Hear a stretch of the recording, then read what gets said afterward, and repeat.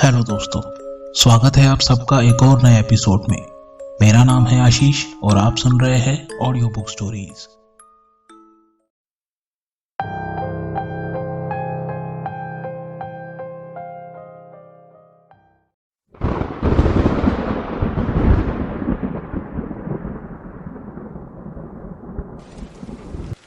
रात के करीब 11 बज रहे थे। मूसलाधार बारिश हो रही थी। बीच बीच में बादलों के गरजने की भी आवाजें आ रही थी। ऐसी तूफानी रात में एक आदमी तेजी से गाड़ी चलाते हुए कहीं जा रहा था। उसके चेहरे पर डर और चिंता साफ देखी जा सकती थी। डर के मारे वो आदमी पसीने से भीग चुका था। वो एक हाथ से स्टीयरिंग संभालते हुए दूसरे हाथ से अपना पसीना पोंछ रहा था। उसके गाड़ी की रफ्तार 100 किलोमीटर प्रति घंटा थी। वो इतनी तेजी से गाड़ी भगा रहा था जैसे खुद मौत उसका पीछा कर रही हो। उसने पीछे मुड़कर देखा तो एक भयानक सफ़ेद आकृति उसका पीछा कर रही थी। देखते ही देखते वो सफ़ेद आकृति उसकी गाड़ी के नज़दीक आ पहुंची और गाड़ी के बराबर उतनी ही तेज़ी से बाहर उसके साथ उड़ रही थी। वो सफ़ेद आकृति विचित्र और भारी आवाज़ में कहती है, कुछ भी कर लो, अब तुम छुप नहीं सकते। तुम भाग सकते हो लेकिन बच नहीं सकते। ऐसा कहकर वो सफ़ेद आकृति उस आदमी की लाचारी पर हंसने लगी। डर के मारे उसने अपनी गाड़ी की स्पीड और ज़्यादा बढ़ा ली। थोड़ी दूर जाने के बाद उसे पता चलता है कि अब वो सफ़ेद आकृति उसका पीछा नहीं कर रही। वो आदमी डरते हुए अपने आप से कहता है, कहाँ गई वो? अभी तो मेरा पीछा कर रही थी। वो ये सब बोल ही रहा था कि इतने में उसे महसूस होता है कि उसकी गाड़ी में कोई है। वो पीछे मुड़कर देखता है तो पिछली सीट पर उसे वही सफ़ेद आकृति दिखती है। वो आकृति अब एक इंसानी रूप में बदलने लगी। लंबे बाल, लाल चमकती आंखें, नुकीले दांत और सांप जैसी लंबी जुबान। ऐसा भयानक रूप देखकर उस आदमी की धड़कन रुक गई और दिल का दौरा पड़ने से उसकी मौत हो गई, जिस वजह से उसकी गाड़ी आउट ऑफ कंट्रोल होकर कलाबाजियाँ खाती हुई 20-25 फीट दूर सामने के पेड़ से जा टकराई। अगले दिन सुबह पुलिस को इसकी जानकारी मिलती है। इंस्पेक्टर कदम घटनास्थल पर पहुंचकर उस जगह की जांच में लगे थे। वो डेड बॉडी को पोस्टमार्टम के लिए भेजने की सूचना देता है। तभी एक हवलदार वहां आकर उसे बताता है, सर, ये ड्राइविंग लाइसेंस मिला है। इस आदमी का नाम अमर मोहिते था। कदम उस ड्राइविंग लाइसेंस को देखते हुए कहता है, आरटीओ से इस आदमी के घर का एड्रेस निकालो। एड्रेस मिलते ही कदम अमर मोहिते के घर पहुंचकर उनके परिवार को उसके एक्सीडेंट की खबर देता है। ये बात पता चलने के बाद पूरा परिवार शोक में डूब जाता है। कदम उन्हें सांत्वना देते हुए कहता है, मैं जानता हूँ कि यह समय सही नहीं है, लेकिन हमें मिस्टर मोहिते के एक्सीडेंट की इन्वेस्टिगेशन करनी ही पड़ेगी। हमें सभी एंगल चेक करने पड़ते हैं। उनकी किसी के साथ कोई दुश्मनी थी या फिर कोई पैसों का मामला? मोहिते का बेटा आंखों में आंसू लाते हुए कहता है, नहीं सर, उनकी किसी से कोई दुश्मनी नहीं थी।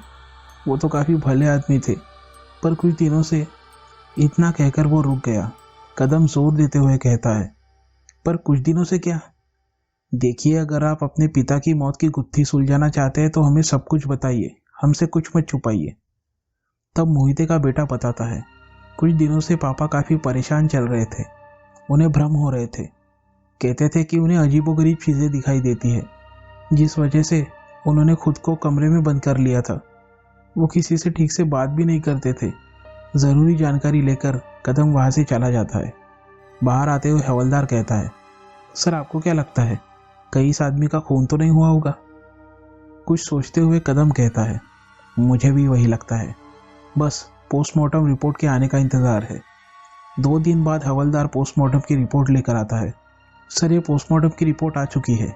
इसमें मौत का कारण हार्ट अटैक बताया गया है। रिपोर्ट देखते हुए कदम कहता है, और गाड़ी की रिपोर्ट का क्या हुआ? गाड़ी की रिपोर्ट दिखाते हुए हवलदार कहता है, उसकी भी रिपोर्ट आ गई है सर। गाड़ी में कोई भी तकनीकी खराबी नहीं थी और ना ही उसके ब्रेक फेल हुए थे। अंतिम नतीजे पर पहुंचते हुए कदम कहता है, ठीक है, पेपर वर्क पूरा करके केस बंद कर दो। कुछ दिनों बाद सुरेश सुबह सुबह अपने घर की बालकनी में बैठकर पेपर पढ़ रहा था। तभी उसकी बीवी उसके लिए चाय लेकर आती है। सुरेश की बीवी उसे चाय देते हुए कहती है, कितने दिन हो गए हम कहीं घूमने नहीं गए। आप हमेशा अपने काम में बिजी रहते हैं, हमारे लिए तो वक्त ही नहीं है आपके पास।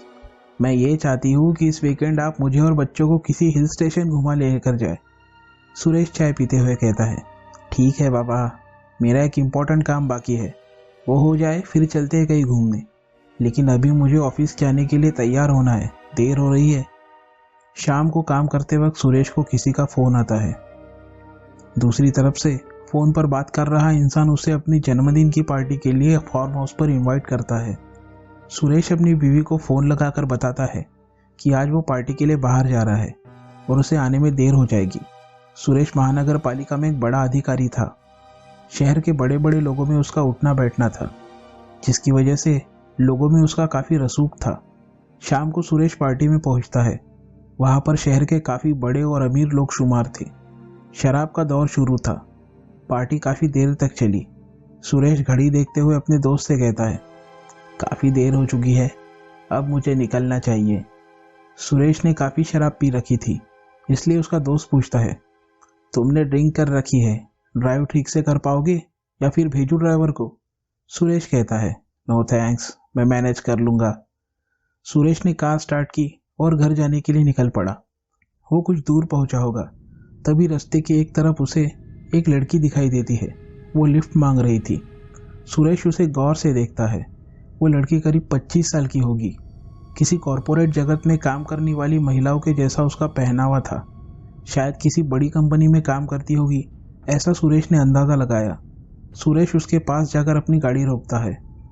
वो लड़की पूछती है, क्या आप मुझे कुछ दूर तक लिफ्ट दे सकते हैं प्लीज? सुरेश बिना देर किए कहता है, आइए बैठ जाइए। कार का दरवाजा खोलकर वो लड़की अंदर आकर बैठ जाती है। कार चल रही थी। काफी देर से वो लड़की खामोश बैठी थी, इसलिए चुप्पी तोड़ते हुए सुरेश कहता है, इस सुनसान जगह पर इतनी रात गए आप यहाँ पर, और वो भी अकेली क्या कर रही थी?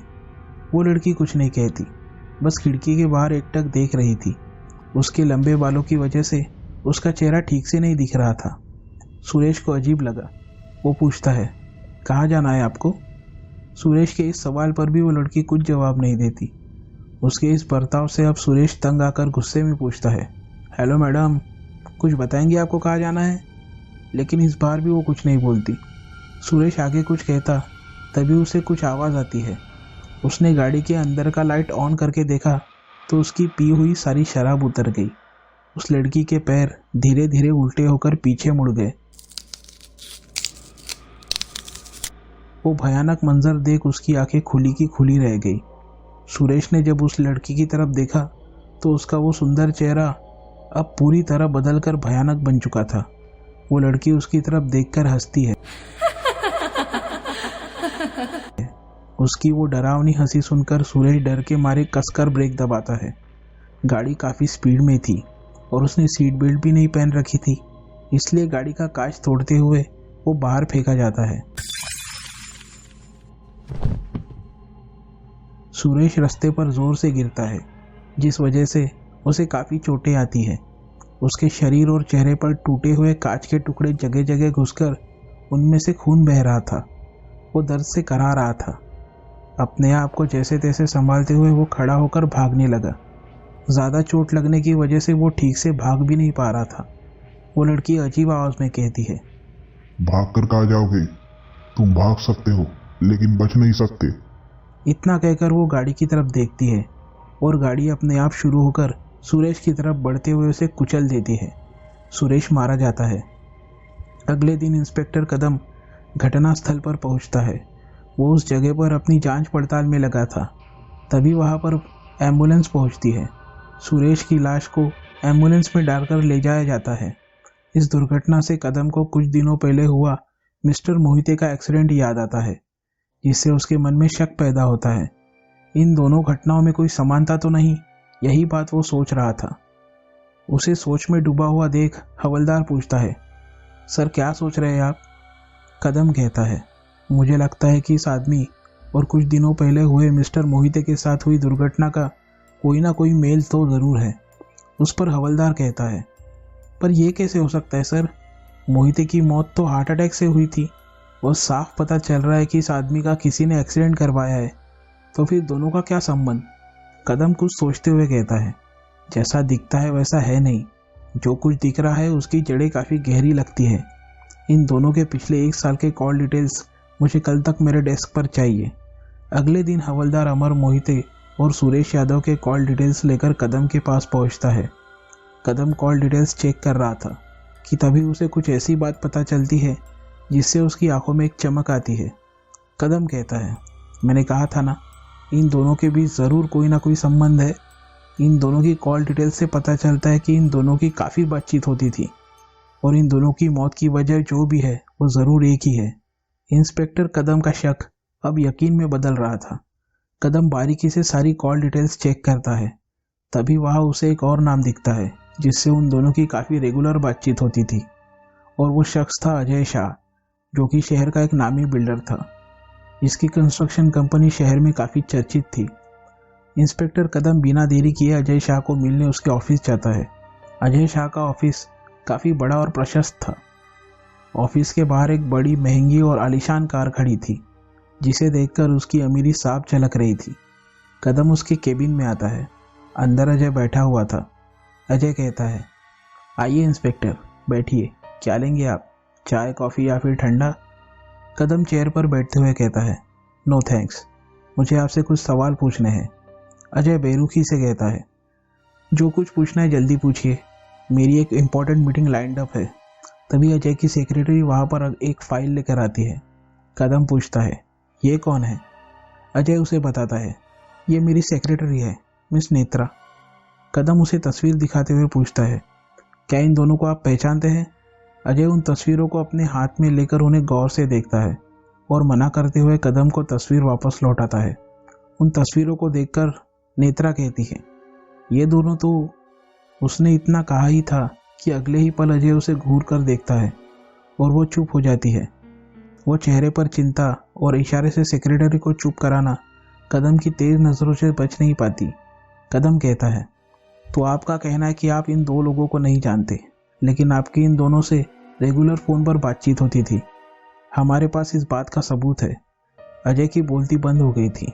वो बौखलाते हुए कहता है, हो सकता है, मैं एक बिजनेसमैन हूँ और समाज का एक प्रतिष्ठित इंसान। हो सकता है कभी किसी काम के चलते हमारी बातचीत हुई हो। अजय अपनी साइड पेश करता है। कदम उसे समझाते हुए कहता है, देखिए मिस्टर शाह, आप अपनी निजी ज़िंदगी में क्या करते हैं इसमें मेरी कोई दिलचस्पी नहीं, लेकिन इन 2 लोगों की मौत हुई है और मुझे लगता है कि आपकी जान को भी खतरा हो सकता है, इसलिए ये सब मैं आपसे पूछ रहा हूँ। क्या आपकी किसी से कोई दुश्मनी है जिसकी वजह से? कदम को बीच में ही टोकते हुए अजय कहता है, मेरी किसी से क्या दुश्मनी हो सकती है इंस्पेक्टर साहब, मैं एक सीधा साधा आदमी हूँ, मेरा किसी से कोई लेना देना नहीं है, मैं तो बस अपना काम ईमानदारी से करता हूँ। उसे अपना कार्ड देते हुए कदम कहता है, ठीक है मिस्टर शाह, अगर आपको कुछ बताना हो या फिर मेरी मदद की ज़रूरत हो तो ये मेरा कार्ड है, आप मुझे इस नंबर पर कॉल कर सकते हैं। यह आदमी पक्का मुझसे कोई बात छुपा रहा है, ऐसा सोचते हुए कदम वहाँ से निकल जाता है। इंस्पेक्टर कदम के वहाँ से चले जाने के बाद भी अजय कुछ देर तक वैसे ही खड़ा रहकर कुछ सोच रहा था। अपने ख्यालों से बाहर आकर वो अपने किसी भरोसेमंद आदमी को फ़ोन करके मोहिते और सुरेश यादव की मौत के बारे में जानकारी इकट्ठा करने के लिए कहता है। अगले ही दिन वो भरोसेमंद आदमी सभी जानकारी इकट्ठा करके उसे बताता है कि उन दोनों की मौत काफ़ी संदिग्ध हालातों में हुई है और अभी तक उनके कातिल का पता नहीं चला है। यह सुनकर अजय के चेहरे पर परेशानी छाने लगी। वो काफ़ी बेचैन होने लगता है। ऑफिस से घर आने के बाद भी उसके दिमाग में वही बातें घूम रही थी। अब रात हो चुकी थी। सोचते सोचते अजय को कब नींद आ जाती है उसे पता भी नहीं चलता। अजय सो रहा था कि तभी किसी खड़खड़ की आवाज़ से उसकी नींद खुल जाती है। वो उठकर देखता है तो हवा की वजह से खिड़कियां टकराकर बंद और खुल रही थी। अजय खिड़की बंद करने के लिए बेड पर से उठता है और जैसे ही वो खिड़की बंद करने वाला होता है वैसे कहीं से 2 हाथ आकर उसका गला दबाने लगते हैं। अजय सांस नहीं ले पा रहा था, उसका दम घुट रहा था और अपने आप को छुड़ाने के लिए छटपटा रहा था। अचानक वो हाथ गायब हो जाते हैं। इस घटना से अजय संभल पाता कि तभी उसे कहीं से किसी के चिल्लाने की आवाज़ आती है। वो देखता है कि खिड़की के बाहर कोई खड़ा उसे घूर रहा है।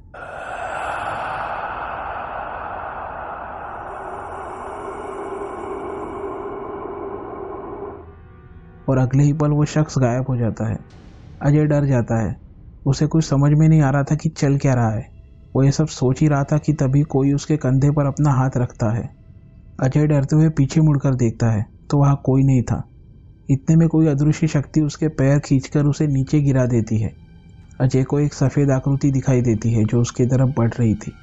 वो शैतानी आकृति जैसे ही अजय की तरफ बढ़ती है वो आंखें बंद करके जोर से चीखता है। उसकी चीख सुनकर उसका एक नौकर बिरजू दौड़कर कमरे में आता है। अजय को देखकर नौकर कहता है, सेठ जी क्या हुआ आपको, और आप फर्श पर कैसे? कोई बुरा सपना देखा क्या आपने? अजय अपनी आंखें खोलता है। अब वो भयानक आकृति वहां नहीं थी। अजय भारी सांसें लेते हुए कहता है, नहीं, वो कोई सपना नहीं था, वो कुछ अजीब था।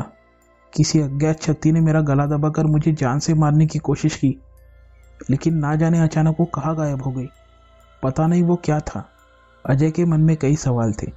ये सब सुनकर बिरजू के रोंगटे खड़े हो जाते हैं।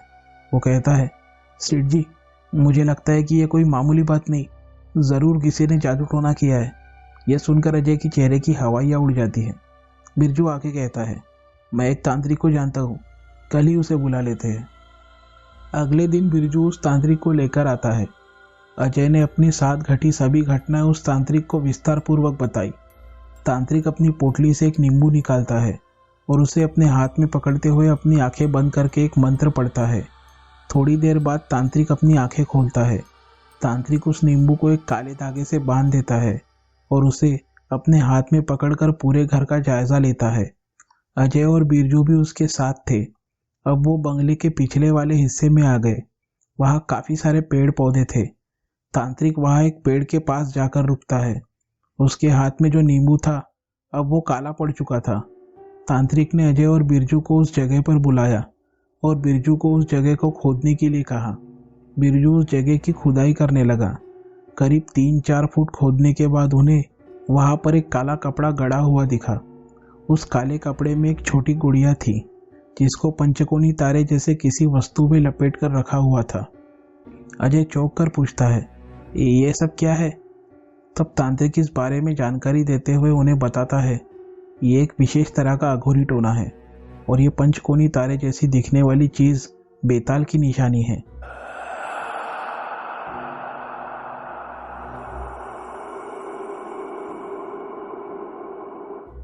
बेताल?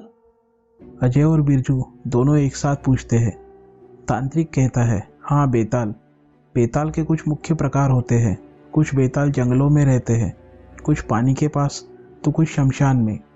उनमें से ये एक है। इस तरह के बेताल को तब बुलाया जाता है जब किसी की किसी से जबरदस्त दुश्मनी होती है। इस तरह के बेताल काफी शक्तिशाली और जिद्दी होते हैं। इंसान हो या जानवर, वो किसी का भी रूप ले सकते हैं। जब तक इन्हें दिए गए मकसद को ये पूरा नहीं करते तब तक ये चैन से नहीं बैठते। ऐसे अघोरी उपाय करने वाले को जब किसी को तड़पा कर मारना होता है तब ऐसे लोग जिसको मारना है उसके नाम से अमावस्या की रात एक विशेष काल में अघोरी पूजा करते हैं। ऐसी अघोरी पूजा में खुद के खून की कुछ बूंदों के साथ उस आदमी के नाम से आहुति दी जाती है। फिर एक बलि देकर बेताल को प्रसन्न किया जाता है।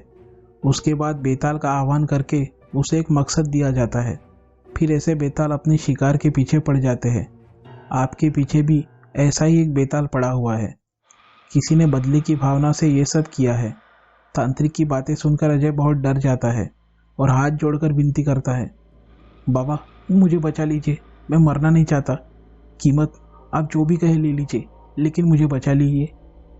तांत्रिक नकारते हुए कहता है, यह पैसों की बात नहीं है। मैं इंसानी आत्माओं का निवारण कर सकता हूँ, लेकिन इस तरह के बेताल आदि प्राणियों को काबू करना मेरे बस में नहीं। मेरी शक्तियों की कुछ मर्यादाएं हैं, इसलिए मैं आपकी ज़्यादा मदद तो नहीं कर पाऊंगा, लेकिन हाँ एक चीज़ मैं कर सकता हूँ।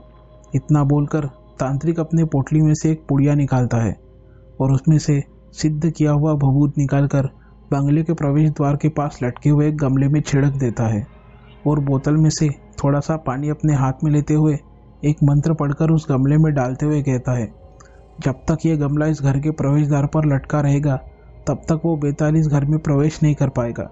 लेकिन अगर यह गमला हटाया जाए या टूट जाए या फिर किसी भी वजह से नष्ट हो जाए तो फिर उस बेताल को रोकना असंभव है।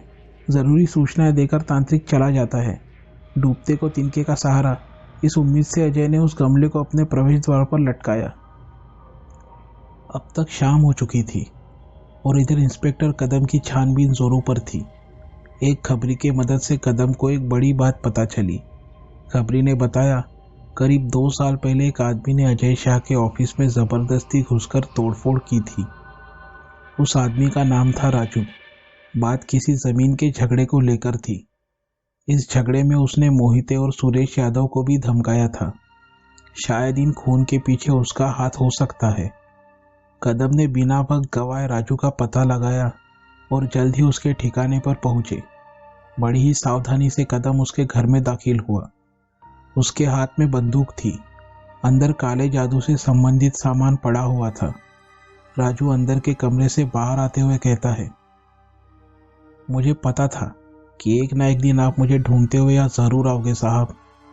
कदम बंदूक को मजबूती से पकड़कर उसे राजू की तरफ मोड़ते हुए कहता है, तो तुम हो इन सब घटनाओं के पीछे? राजू बिना डरे कहता है, हाँ मैं ही हूं इन सब के पीछे। कदम गुस्से से कहता है, क्यों किया तुमने ये सब? क्यों मारा उन निर्दोष और मासूम लोगों को? राजू मुंह दबाकर हंसते हुए कहता है, निर्दोष और मासूम? ये लोग आपको निर्दोष और मासूम लगते हैं? ये लोग इंसान नहीं बल्कि जानवरों से भी गए गुजरे थे। राजू आवेश में आकर बोल रहा था। फिर वो अपनी कहानी बताना शुरू करता है। कुछ सालों पहले की बात है। हरिभाऊ नाम के एक शिक्षक थे। वे ईमानदार और नेक इंसान थे। सब उन्हें प्यार और आदर से भाऊ बुलाते थे। उन्होंने हमेशा अपने विद्यार्थियों को ईमानदारी का पाठ पढ़ाया। वो हमेशा सबकी मदद करते। न जाने कितने ही ऐसे गरीब विद्यार्थियों को उन्होंने पैसों से या और किसी तरह से मदद की। किसी के घर में शादी हो या फिर कोई और प्रसंग, हर काम में वो हमेशा आगे रहते। उनके बच्चे नहीं थे, इसलिए मेरे जैसे न जाने कितने ही अनाथों को उन्होंने सहारा दिया। हमारी पढ़ाई का पूरा खर्चा उठाया। भाऊ समाज के लिए एक आदर्श थे। उनके पास उनके पुरखों की एक बड़ी जमीन थी जिस पर वो अनाथ बच्चों और निराधार लोगों के लिए एक संस्था बनाने वाले थे। लेकिन वो बिल्डर अजय शाह, उसकी भाव की जमीन पर नजर थी। वो उस पर मॉल्स और बड़े बड़े टावर्स बनाना चाहता था। उसने पैसे देकर भाव से जमीन खरीदनी चाहिए, लेकिन भाव ने साफ मना कर दिया। अजय ये जमीन किसी भी हालत में हड़पना चाहता था और इसके लिए वो किसी भी हद तक गिरने के लिए तैयार था। उसने गुंडों के जरिए भाव को धमकाया। उन्हें जान से मारने की धमकी भी थी, लेकिन भाऊ ऐसी धमकियों से डरने वाले नहीं थे। अजय भी हार मानने के लिए तैयार नहीं था। उसने पालिका अधिकारी सुरेश यादव को लाखों रुपए रिश्वत देकर खरीद लिया।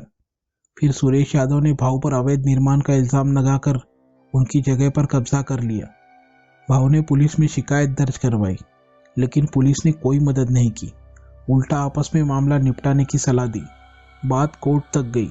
केस वापस लेने के लिए भाऊ को रोज धमकियां मिलती, लेकिन भाऊ ने किसी भी धमकी को घास नहीं डाली। इसीलिए गुस्से में सुरेश यादव ने भाऊ के घर की बिजली और पानी की लाइन काट दी। फिर उस अजय ने पेंशन अधिकारी मोहिते को पैसे खिलाकर भाऊ का पेंशन फंड रोक दिया। वो आर्थिक संकट में फंस गए। सुरेश यादव, अजय शाह और मोहिते तीनों मिलकर भाऊ पर हर तरफ से दबाव बनाते गए, लेकिन भाऊ डगमगाए नहीं। वो लड़ते रहे। ऐसे ही दिन बीत रहे थे। भाऊ हार नहीं मान रहे हैं, ये देखकर उस बिल्डर ने उन्हें एक लड़की से छेड़खानी के झूठे इल्जाम में फंसाया। समाज में उनकी बदनामी की। इतने दिनों तक जिनकी भाऊ ने निस्वार्थ रूप से मदद की, उन लोगों ने भी भाऊ का साथ छोड़ दिया। वो जहाँ भी जाते लोग उन्हें शक की निगाहों से देखते। उन लोगों ने भाऊ की इज्जत की धज्जियां उड़ा दी थी। उनकी जमा पूंजी पैसा नहीं बल्कि बरसों से कमाई इज्जत थी। स्वाभिमानी भाऊ टूटकर बिखर गए। मैंने भाऊ को समझाया कि मुझे उन पर पूरा भरोसा है, लेकिन कोई फायदा नहीं। अब देर हो चुकी थी। भाऊ पूरी तरह से निराश हो चुके थे और उस रात उन्होंने फांसी लगाकर खुद की जान ले ली। मैंने पुलिस से मदद मांगी, लेकिन उन्हें सबूत चाहिए था। फिर यादव और मोहिते से मिला। उन्होंने भी मुझे धक्के मारकर भगाया। मैंने गुस्से में आकर उस बिल्डर के ऑफिस में तोड़फोड़ की, तो उसने पुलिस के हवाले किया और जेल से छूटने पर गुंडों से पिटवाया। 2 हफ्ते में अस्पताल में था। मैं जानता था कि इन पैसे वाले और पावरफुल लोगों के सामने मेरे जैसे आम आदमी की एक नहीं चलेगी। मैंने सोच लिया था कि मैं इस अन्याय को सहन नहीं करूंगा। इसलिए मैंने ये काली विद्या सीखी। जिसके लिए मैं कई जगह भटका, कई तांत्रिक और अघोरियों से मिला। उनसे मुझे पता चला कि आसाम के जंगलों में अघोरियों की एक टोली है। मैं उनसे मिला, उन्हें अपनी आपबीती सुनाई। उन लोगों को मुझ पर दया आई। उन्होंने मुझे अपने साथ रखा। 1 साल तक मैं उनके साथ रहकर यह अघोरी विद्या सीखी। अब मैं तैयार था। मैंने उस बेताल का आह्वान किया और उसे इन सब के पीछे लगाया, क्योंकि आप इंसान को लालच देकर खरीद सकते हैं, लेकिन बेताल को नहीं। वो ना बिकेगा और ना ही कोई गुंडा उसका बाल भी वाका कर पाएगा। फिर यहाँ आकर सबसे पहले उस मोहिते, फिर यादव को निपटाया। अब बचा है तो वो अजय शाह, उसे भी आज मरना होगा, तब जाकर भाव का बदला पूरा होगा। कदम आवेश में कहता है, बदले की भावना ने तुम्हें अंधा कर दिया है राजू, लेकिन मैं तुम्हें ऐसा कुछ भी नहीं करने दूंगा। राजू हंसते हुए कहता है, मेरी बात छोड़िए साहब, आप जाकर उस बिल्डर को बचाए, क्योंकि अब उसकी खैर नहीं। इतना बोलकर राजू जोरों से ठहाके लगाकर हंसने लगा। ओ गॉड, चलो जल्दी अजय के घर। हवलदार समेत कदम निकलता है। अब रात हो गई थी और बेताल अजय के घर के बाहर मंडरा रहा था। वो घर के अंदर घुसने की कोशिश करता है, लेकिन दरवाजे के बाहर लटक रहे उस गमले की वजह से वो घुस नहीं पाता और बाहर फेंका जाता है। घर के अंदर अजय अपनी जान बचाए छुपकर बैठा था। बेताल बार बार अंदर जाने की कोशिश करता है, लेकिन वो गमला अजय और उसके बीच में आ रहा था। बेताल गुस्से से आग बबूला होकर जोर से चीखता है, जिसके परिणाम स्वरूप घर के सभी खिड़की के कांच एक एक करके फूटने लगे। बेताल जोर से गोल गोल घूमने लगता है, जिससे हवा का एक बड़ा सा बवंडर बनता है। हवाएं जोरों से चलने लगी और पेड़ पौधे भी कांपने लगे। जोरों की हवाओं से वो गमला नीचे टूटकर गिर जाता है। अजय और बेताल के बीच बस वो एक गमला ही था और अब वो भी नष्ट हो चुका था। बेताल घर के अंदर घुस गया और अजय पर छलांग लगाकर उसे घसीटते हुए घर के बाहर लेकर आया। बेताल उसका गला घोंट रहा था और अजय तड़प रहा था। बेताल ने उसे उछालकर दूर फेंक दिया। अजय दर्द से करा रहा था। वो जैसे तैसे खुद को संभालते हुए खड़ा हुआ और अपनी जान बचाकर भागने लगा। बेताल उस पर हंसते हुए कहता है, कहाँ तक भागोगे? कहीं भी चले जाओ, पर अब तुम बच नहीं सकते। अजय जहाँ रास्ता मिले वहां भाग रहा था, लेकिन हर जगह पर उसे बेताल दिखाई देता। अजय उसे अनदेखा करते हुए भागे जा रहा था। भागते भागते उसकी सांस फूल चुकी थी, इसलिए वो रुक गया और जब उसने अपने आसपास देखा तब उसे बड़ा झटका लगा। वो हैरान होकर इधर उधर देखने लगा, क्योंकि वो जहाँ से भागा था वो वापस उसी जगह पे खड़ा था। अजय हर बार वहां से भागता, लेकिन वापस उसी जगह पे पहुंच जाता। वो बेताल के छलावे में फंस चुका था। अजय को कुछ सूझ नहीं रहा था कि क्या करे। वो कुछ हलचल करता उससे पहले बेताल ने उसे पकड़ लिया और अपने पैने नाखूनों से उस पर वार किया। अजय के शरीर से खून बह रहा था और वो दर्द से तड़प रहा था। तभी इंस्पेक्टर कदम वहां पर पहुंचा। सामने का नजारा देख उसे अपनी आंखों पर यकीन नहीं हो रहा था। उसने बेताल पर गोली चलाई, पर गोली बेताल के आर पार होकर चली गई। बेताल कदम की नादानी पर हंस रहा था। इधर अजय फिर से भाग जाता, लेकिन किसी अदृश्य शक्ति ने उसे जकड़ कर रखा हुआ था। बेताल ने अपने आंखों से वहां पर पड़े पेड़ पौधों को पानी देने वाले एक पाइप की तरफ इशारा किया। वैसे ही उस पाइप का एक सिरा हवा में उड़ते हुए अजय के गले को अपने आप जकड़ने लगा और दूसरा सिरा पास ही एक पेड़ की टहनी पर बंधने लगा और फांसी लगकर अजय मारा गया। अगले ही पल बेताल गायब हो गया। उसे दिया गया मकसद अब पूरा हो चुका था। कदम ने हवलदार की मदद से अजय को नीचे उतारा और एम्बुलेंस को फोन किया। अपने सिर से कैप उतारते हुए कदम कहता है, आखिर इसे अपने कर्मों का फल मिल ही गया।